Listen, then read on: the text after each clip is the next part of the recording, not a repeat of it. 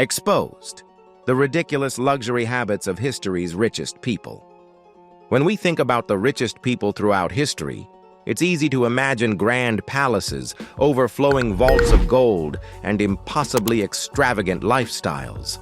From palaces filled with eccentricities to habits so over the top they sound like something out of a comedy, these icons of wealth didn't just indulge, they redefined the meaning of excess. Imagine gold-plated everything, bizarre rituals, and eccentric obsessions that make today's luxury trends look tame. You won't believe what some of these legends spent their fortunes on, or the strange habits they indulged in behind closed doors.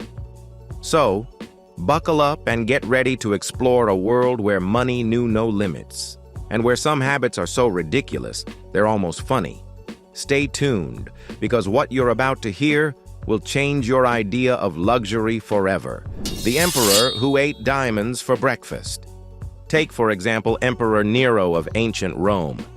This guy's decadence was legendary, but one habit stands out for its sheer extravagance.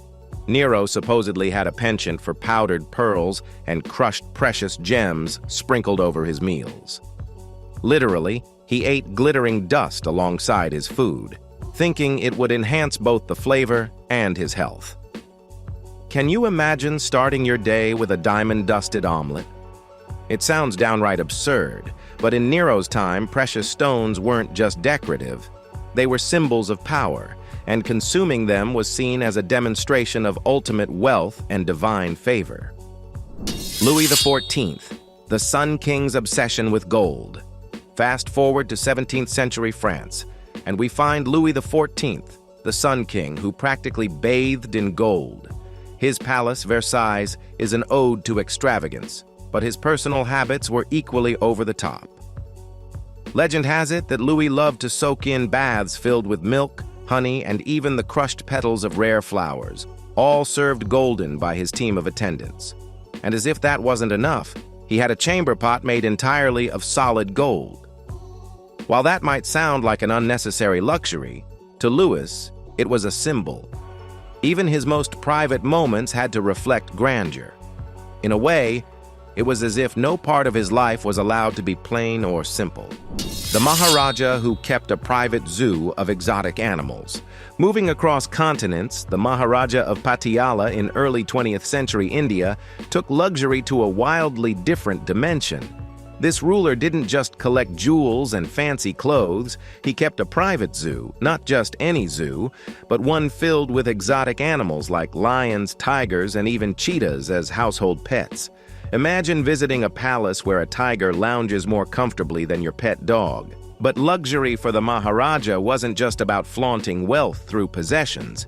It was about an obsessive demand for the extraordinary, like commissioning cars lined entirely with gold, or having tailor-made clothes so intricate that mere mortals couldn't even imagine their craftsmanship. Richard Burton and the $3,000 a night shampoo. Back in the 20th century, Hollywood royalty also had their wild luxury habits. Take Richard Burton, the famously extravagant actor and husband to Elizabeth Taylor. Burton had a shampoo that cost more than many people's monthly rent, reportedly $3,000 a bottle. Why was it so expensive? This shampoo was said to be formulated with rare ingredients, designed to maintain his thick and lustrous hair. In the world of Hollywood glamour, where appearances were everything, this kind of indulgence wasn't just vanity, it was a professional necessity, or so he claimed. It's a perfect example of how luxury sometimes blends with practicality in the lives of the wealthy. The Romanovs. Diamonds, diamonds, and more diamonds.